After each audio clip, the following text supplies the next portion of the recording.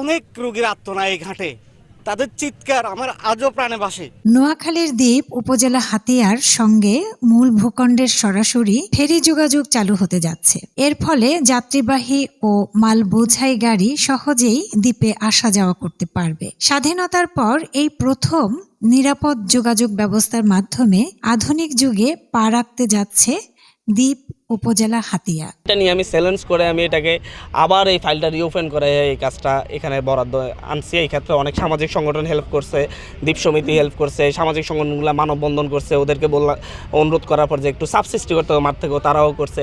দীর্ঘ প্রতীক্ষার পর ফেরি চলাচলের সিদ্ধান্তে বদলে যাবে এই দ্বীপের ব্যবসা বাণিজ্য, অর্থনীতি ও জীবনযাত্রায় আসবে ব্যাপক পরিবর্তন। ফেরি চলাচলের জন্য নলচিরা ও চেয়ারম্যান ঘাটে ল্যান্ডিং স্টেশন নির্মাণের কাজ শুরু হয়েছে। তো সব মিলিয়ে একদিকে হচ্ছে আমাদের উপদেষ্টার সাথে সাথে সরকারের সাথে সখ্যতা, এবং হচ্ছে নিচের দিকে হচ্ছে আমাদের মাঠ পর্যায়ে সাধারণ মানুষের যে আকাঙ্ক্ষা, তাদের যে অবস্থান, এই কারণে এটা বাস্তবায়ন সম্ভব হচ্ছে। দুই পারেই চলছে ব্যাপক কর্মযজ্ঞ। দ্রুত সময়ের মধ্যেই ফেরি চালু হবে এই অপেক্ষায় হাতিয়ার বাসিন্দারা। কেন অন্তর্বর্তীকালীন সরকারকে, বরং আমার হতো যে আমি এই বন্দর আছে, বন্দরটাকে আরও কীভাবে উন্নতি করি। এখন আমাকে শুরু থেকে স্টার্ট করতে হবে। আবার আপনারা নেতা সিলেক্ট করবেন, সে আসামে ঘাট দখল করেন, তার আগেই তো ঘাট দখল করার চেষ্টা করতে হবে। তো আমি সেই কথাটা বলেছি যে এটা মানুষের প্রপার্টি, সরকারের প্রপার্টি। আমরা চেষ্টা করতেছি যাতে সবার সাথে যোগাযোগ ভালো স্থাপনা করা যায়। এটা আপনাদের প্রপার্টি, আপনাদের জনগণকে দেখে রাখতে হবে। ৭.৫ লাখ মানুষের এই দ্বীপের যোগাযোগ ব্যবস্থা এতদিন নির্ভরশীল ছিল নৌযান, পুরনো সি ট্রাক ও ঝুঁকিপূর্ণ ট্রলারের উপর। এতে যাত্রী ও ব্যবসায়ীদের ভোগান্তি ছিল চরমে। সেটাই আমি বলেছি। আমি আশা করি আমরা তো আর এখানে আরও 5 বছর থাকবো না যে আমরা সব দেখে যাব।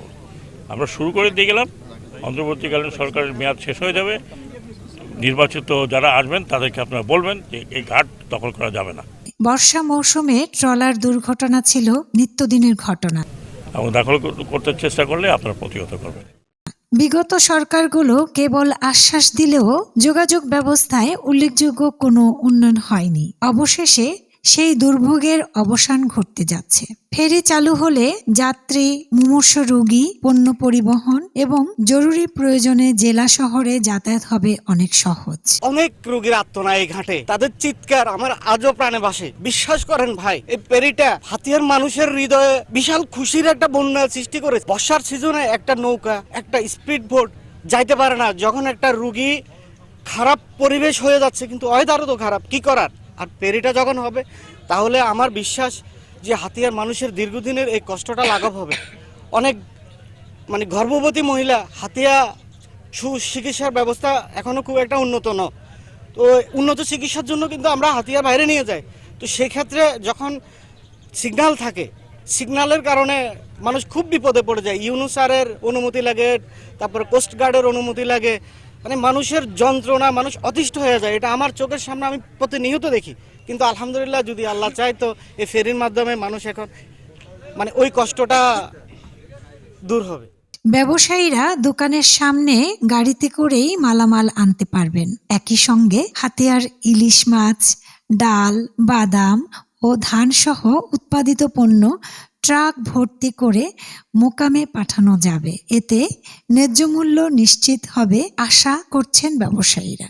এই ফেরি বাস্তবায়নে দীর্ঘদিন আন্দোলন সংগ্রাম করতে হয়েছে দ্বীপবাসীদের। প্রতি বর্ষায় এই পারে মাল আনতে ট্রলার ডুবি যায়, মানুষ অনেক মতের বিকারি যায়, ব্যবসায়ীরা আবার মালের দাম বাড়ে যায়, হাতিয়া মানুষের অনেক পয়সা বৃদ্ধি পয়সা দিয়ে খরিদ করতে হয়। মানুষেরও কষ্ট হয়, যা যে ব্যবসায়ী তো বোট ডুবি গেলে ব্যবসায়ী শেষ, মতের বিকারি হয়ে যায়। তো এখন আল্লাহর হুকুমত, আল্লাহ যদি আমাদের ভাগ্য জোড়ে যদি ফেরি হয়ে যায়, তো ফেরিতে আমাদের সব প্রকারের আমাদের সুবিধা হয়ে যাবে, আমাদের উপকার হবে। বিশেষ desk report, enter TV news.